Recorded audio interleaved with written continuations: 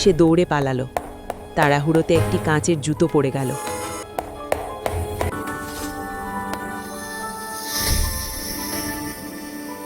রাজকুমার ঘোষণা দিলেন, যার পায়ে এই জুতো ফিট হবে তাকেই আমি বিয়ে করব।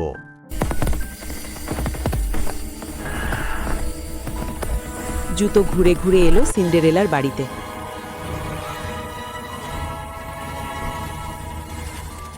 সৎ বোনদের কারোর পায়েই ফিট হলো না।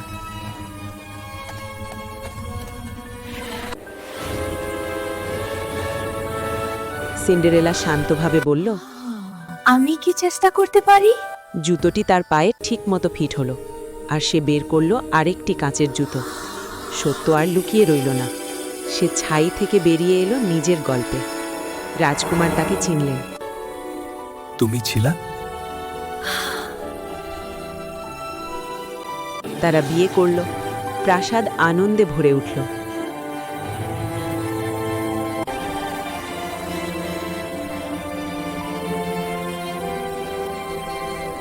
সিন্ডারেলা তার সৎ বোনদের ক্ষমা করল, কারণ তার দয়া দুর্বলতা নয়, ছিল তার শক্তি। সে শিখিয়েছিল, ভালোবাসা জোর করে আদায় করা যায় না, ভালোবাসা বেছে নিতে হয়।